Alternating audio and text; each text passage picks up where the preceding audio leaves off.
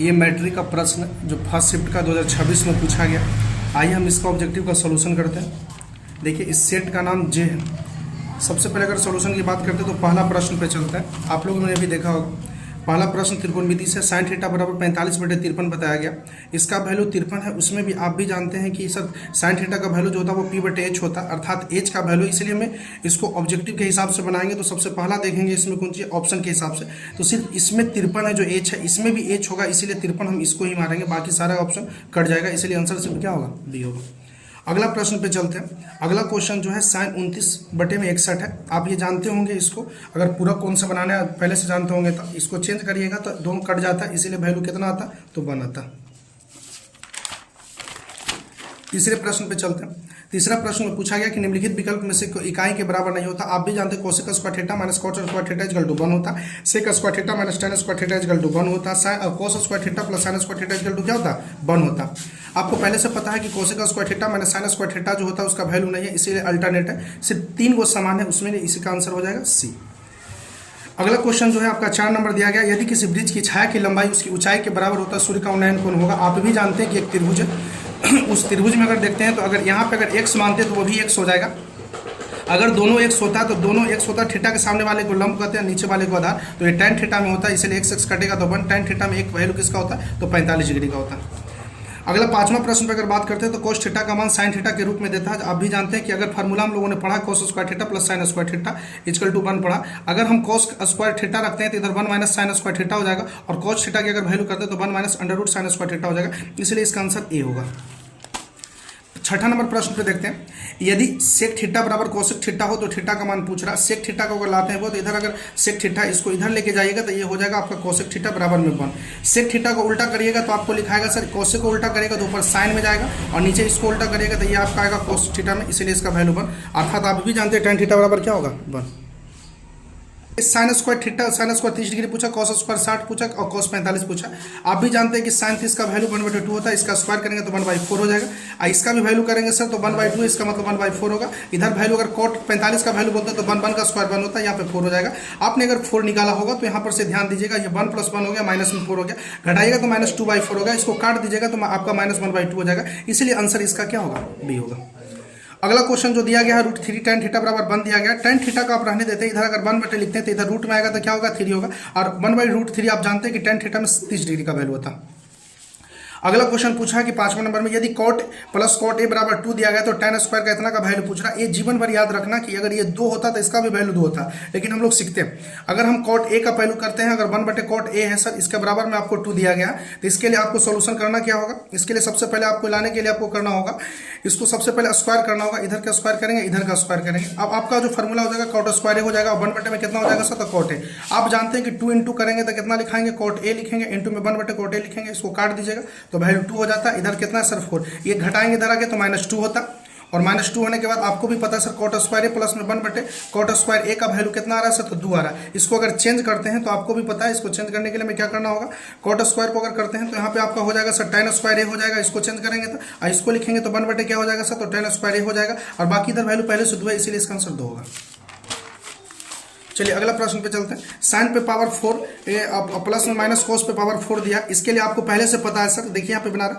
अगर आप sign square theta का होल स्क्वायर थीटा करते हैं, इधर कोस थीटा का अगर होल स्क्वायर करते हैं तो आपको भी पता है कि साइन स्क्वायर a - b का होल स्क्वायर हो रहा है। एक बार इसको जोड़ेंगे, एक बार इसको क्या करेंगे घटाएंगे, तो जोड़ने के क्रम में इसका वैल्यू 1 होता है, और घटाने वाला आपको भी पता है कि साइन स्क्वायर थीटा माइनस में क्या होगा सर तो कोस स्क्वायर थीटा होगा, इसलिए इसका वैल्यू क्या हो जाएगा। तो आपको ये फार्मूला सोल्यूशन करके आया साइन स्क्वायर थीटा माइनस के कितना कोस स्क्वायर थीटा।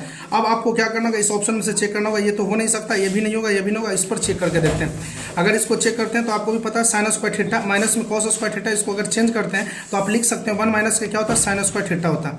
आपको भी पता है कि साइन स्क्वायर थीटा उधर -1 है, इधर जोड़िएगा तो प्लस में हो जाएगा, साइन स्क्वायर थीटा हो जाएगा, साइन साइन जोड़ेंगे तो आपको हो जाएगा 2 साइन स्क्वायर थीटा माइनस के 1, इसीलिए आपका फॉर्मूला का आंसर हो जाएगा डी। चलिए 11 नंबर प्रश्न पे आते हैं। 11 नंबर प्रश्न में बोला कि sir sign square theta plus sine square theta बराबर 1 है तो cos square theta plus cos के पावर 4 का थीटा क्या होगा। इसका सोल्यूशन करते हैं। अगर साइन थीटा का बात करता है आपसे तो इस बात को ध्यान में रखिएगा। अगर आपका साइन थीटा यहाँ पे सर यहाँ पे आपका लिखा गया सर साइन स्क्वायर थीटा बराबर 1 लिखा गया। अगर आपका यहाँ पे साइन थीटा लिखा गया तो 1 माइनस का हो जाएगा आपका साइन स्क्वायर थीटा। अगर इसको चेंज करते तो आपका कॉस स्क्वायर थीटा आ गया, या आपका साइन थीटा का वैल्यू है। आप इस प्रश्न को अब चेक करते हैं। कॉस स्क्वायर छोड़ देते हैं, अगर कॉस का स्क्वायर करते हैं तो यहाँ पे हम लिख सकते हैं इसका साइन थीटा का क्या सर तो whole square. Cos square theta plus sine square theta equal to 1 होता है, इसलिए इसका आंसर बी होगा। 12 नंबर प्रश्न पे आते हैं। 1 प्लस tan स्क्वायर ए बराबर आप फॉर्मूला लिख सकते हैं सेक स्क्वायर ए होता है। और 1 प्लस कॉट स्क्वायर ए बराबर फॉर्मूला आप भी जानते हैं कि सर कोसेक स्क्वायर ए होता है। अगर सेक स्क्वायर ए को चेंज करते हैं तो हम लिख सकते हैं सर कोसेक स्क्वायर का चेंज करते हैं तो 1 बटे में आप लिख सकते हैं सेक स्क्वायर के चेंज करके कॉस स्क्वायर ए होता है। और बटे में इसको लिख सकते हैं 1 बटे में कितना होता है सर तो साइन स्क्वायर ए होता है। अगर इसको चेंज करिएगा तो ऊपर में जाएगा साइन स्क्वायर ए, बटे में हो जाएगा आपका कितना सर तो कॉस स्क्वायर ए। ये दोनों को चेंज करेंगे तो आप लिख सकते हैं tan स्क्वायर ए, इसलिए आंसर इसका सी होगा। 13 नंबर प्रश्न पे चलते हैं। यदि tan theta plus cot theta बराबर 5 है, यदि आपका tan theta plus cot theta बराबर आपका कितना दिया गया 5 दिया गया, तो आपसे पूछ रहा है tan square theta plus cot square theta. कुछ नहीं करना, सिर्फ इसके लिए एक फॉर्मूला होता है कॉट स्क्वायर थीटा। आप a प्लस बी का होल स्क्वायर करेंगे, दोनों तरफ वर्ग करने के बाद आपका एक फॉर्मूला आएगा जिसमें अगर आपका यहाँ पे a दिया हुआ रहता है तो इसको याद रखना कि अगला a स्क्वायर माइनस के 2 करते हैं। अगर हम 5 का स्क्वायर करते हैं और माइनस के 2 करते हैं तो 5 का स्क्वायर 25 होता है, माइनस 2 घटाएंगे तो आपका 23 होगा, इसलिए इसका आंसर ए है। देखिए 14 नंबर प्रश्न पे चलते हैं। समकोण त्रिभुज के कर्ण के मध्य बिंदु पर केंद्र का मानकर वृत्त खींचा गया। एक समकोण त्रिभुज बनाया गया है, समकोण त्रिभुज के कर्ण को मध्य माना गया और इसके अंदर एक वृत्त खींचा गया है जिसे हम परिकेंद्र वृत्त कहते हैं, इसलिए इसका आंसर बी होगा। 15 नंबर क्वेश्चन पे जाते हैं। पूछ रहा है कि 15 मीटर लंबी एक सीढ़ी ऊर्ध्वाधर दीवार के सहारे टिकी हुई है। 15 मीटर लंबी है तो 15 मीटर लंबी सीढ़ी ये वाला हो गया सर, ये 15 मीटर हो गया। आपसे पूछ रहा है दीवार के साथ 60 डिग्री का कोण बनाते हैं, यहाँ नहीं बना रही है, दीवार के साथ बना रही है। तो दीवार आपका ये है, तो दीवार के लिए अगर कोण बना रही है तो ए बी अगर सी मानते हैं तो ये भी आपका दीवार है, तो दीवार के साथ कोण इसका मतलब 60 डिग्री ये बना रहे हैं। दीवार और आपका पूछ रहा है कौन सी में, कर्ण में पूछ रहा है। तो आप भी जान रहे थीटा के सामने वाले को पी बोलते हैं, इधर वाले को बी बोलते हैं। तो बी और एच इसका किसका फॉर्मूला होता है तो बी बटे अगर 15 लिखते हैं तो बी बटे 15 जो अगर लिखते हैं तो बी बटे फॉर्मूला होता है कॉस थीटा का। कॉस कितना का सर तो 60 डिग्री का। बी का वैल्यू हमें पता नहीं है सर, बाकी पता कितना 15, कॉस 60 का वैल्यू कितना होता है सर तो 1/2 होता है। अगर हम इसे गुना करते हैं तो गुना करने की कोई जरूरत नहीं, ऊपर चल जाएगा तो 15 बटे कितना होगा 2, इसलिए इसका आंसर ए होगा। चलिए हम लोग 16 नंबर प्रश्न में चलते हैं। यह किसी त्रिभुज की भुजाओं की लंबाई क्रमशः 13 सेंटीमीटर, 14 सेंटीमीटर, 15 सेंटीमीटर हो तो उसका क्षेत्रफल ज्ञात करें। ये आपके जो प्रश्न दिए गए हैं वो हिरून के सूत्र से बनाना है, इसीलिए इसको आप आंसर डायरेक्ट याद भी रख सकते हैं, नहीं तो बनाइएगा तो इसका आंसर 84 आएगा, ऑप्शन नंबर सी। देखिए 17 नंबर प्रश्न पे चलते हैं। किसी कमरे की चारों दीवारों का क्षेत्रफल जिसकी लंबाई चौड़ाई तथा ऊंचाई एल गुने बी गुने एच दिया है, तो पूछ रहा है आपसे कमरे के चारों दीवारों का क्षेत्रफल पूछा। तो चारों दीवारों के क्षेत्रफल के लिए आप फॉर्मूला याद रखेंगे, सी होता है, देखिए इधर फॉर्मूला होता है 2 × L + B इंटू के एच। ये डायरेक्ट फार्मूला, ये आपको भी पता है कि ये किसका है सर तो ये कमरा का जो होता है घनाभ अगर आकृति का होता है तो ये आयतन का फार्मूला। ये डायरेक्ट एक दीवार का हो सकता है, लेकिन ये आपसे पूछता है तो आप बता सकते हैं कि कितना चारों दीवारों का क्षेत्रफल पूछ रहा है, चारों दीवारों का क्षेत्रफल, तो आप इसको सी मारेंगे। 18 नंबर प्रश्न में चलते हैं। समद्विबाहु त्रिभुज के बराबर भुजाओं के प्रत्येक की लंबाई 13 सेंटीमीटर तथा आधार 24 सेंटीमीटर, तो इसका क्षेत्रफल क्या होगा। इसके लिए हमें एक फॉर्मूला याद रखना होगा। अगर आपसे पूछता है सर इसका क्षेत्रफल पूछ रहा तो इसके लिए फॉर्मूला रखिएगा b/2 होता √a² माइनस के b² में 4 होता। सॉरी समद्विबाहु त्रिभुज, ये समद्विबाहु के लिए नहीं, समद्विबाहु के लिए अगर पूछता तो समद्विबाहु के लिए हम क्या करेंगे, डायरेक्ट आप देखेंगे एक त्रिभुज बनाएंगे। त्रिभुज में बोला कि समद्विबाहु सर इसको ए बोल देते हैं, इसको बी, इसको सी। आपको भी पता है कि इसका प्रत्येक जो है वो 13 है, तो ये भी 13 हो गया सर, ये 24 हो गया। इसको आधा करिएगा तो ये 12 होता, ये 12 हो जाएगा। आपको भी पता। आप पूछ रहा है सर इसका क्या चीज़ क्षेत्रफल पूछ रहा है समद्विबाहु त्रिभुज का, तो इसका क्षेत्रफल बताना। तो इसका क्षेत्रफल के लिए हम फॉर्मूला डायरेक्ट भी लगा सकते हैं। डायरेक्ट फार्मूला लगाएंगे तो क्या लिखेंगे, डायरेक्ट फार्मूला का लगाते हैं। तो इसके लिए हम लोगों ने क्या करना होगा, डायरेक्ट यही फार्मूला से लगा सकते हैं। देखिए एरिया बराबर हो सकता है b/2 हो सकता है √a² माइनस के b² में 4 होता है। अब b/2 रखना तो सर b कौन होता है सर तो b बड़ा वाला को लेना है, तो 24/2 हो गया। √a का वैल्यू कितना सर तो 13 लेके चलना, तो 13 का स्क्वायर 169 होता। b का लेना है सर तो 24 होगा, तो 24 का स्क्वायर 576 होता, और बटे में कितना सर तो 4। इसको काटिएगा तो 112 बार में कट जाएगा, 144 बार में कटेगा। कितना बार में कटेगा 144। अगर हम यहाँ से काटते हैं तो 12 दूनी का 24 होता, 12 होता √ अगर 169 में से इसको 144 को घटाते हैं तो आपको भी पता है कि इसको घटाने के बाद 4 × 2 = 6, अगर मान के चलिए 5 हुआ सर, इधर 25 हो जाता तो 5 होगा, तो 12 × 25 कितना होता है 60, इसलिए इसका आंसर बी होगा।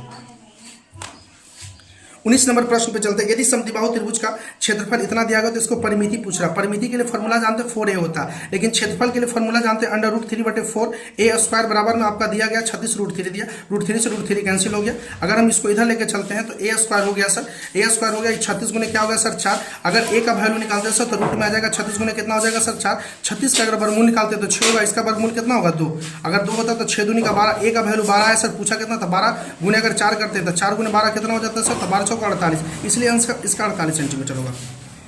20 नंबर प्रश्न पे चलते हैं। किसी वर्ग के विकर्ण की लंबाई पूछ रहा है, इतना दिया गया तो वर्ग आप भी जानते हैं ऐसा होता है सर।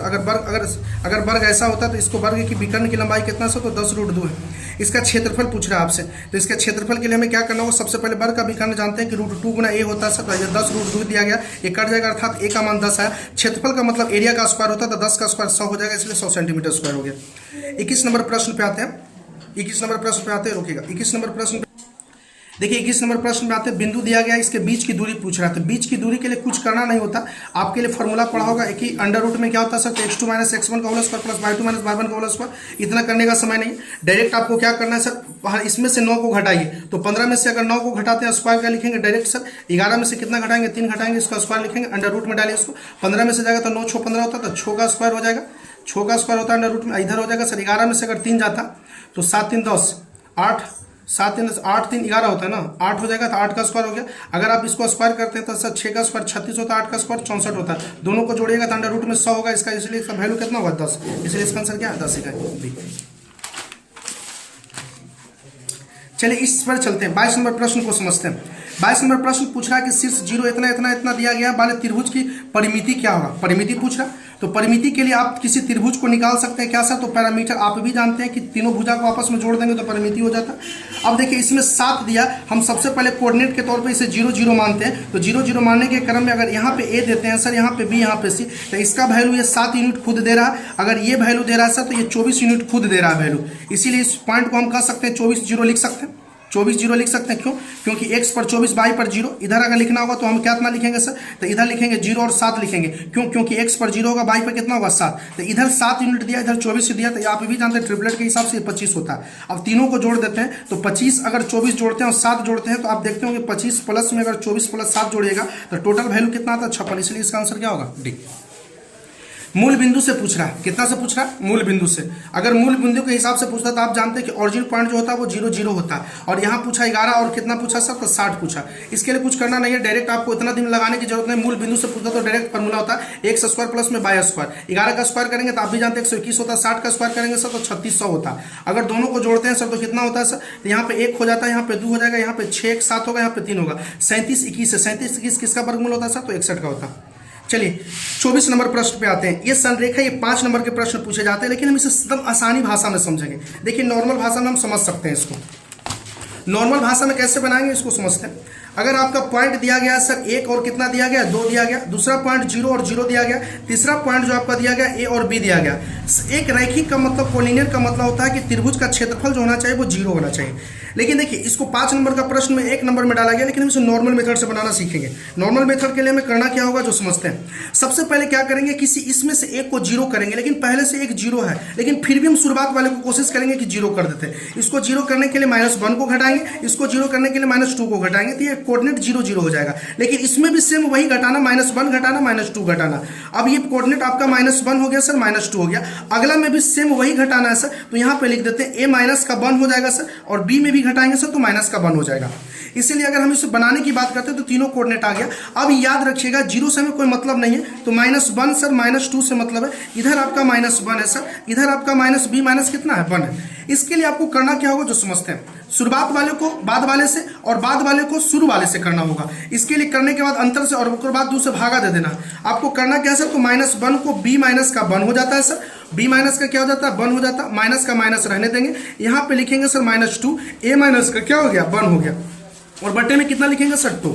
देखिए यहाँ पे सॉल्यूशन कर देते हैं, इसका जगह पे यहाँ पे है, अगर यहाँ पे जगह से लेते हैं तो सॉल्यूशन हो जाता है। देखिए ध्यान से समझिएगा, -b बोला तो -b डायरेक्ट होगा सर, और वहाँ पे माइनस माइनस क्या हो जाएगा सर, तो प्लस हो जाएगा 1।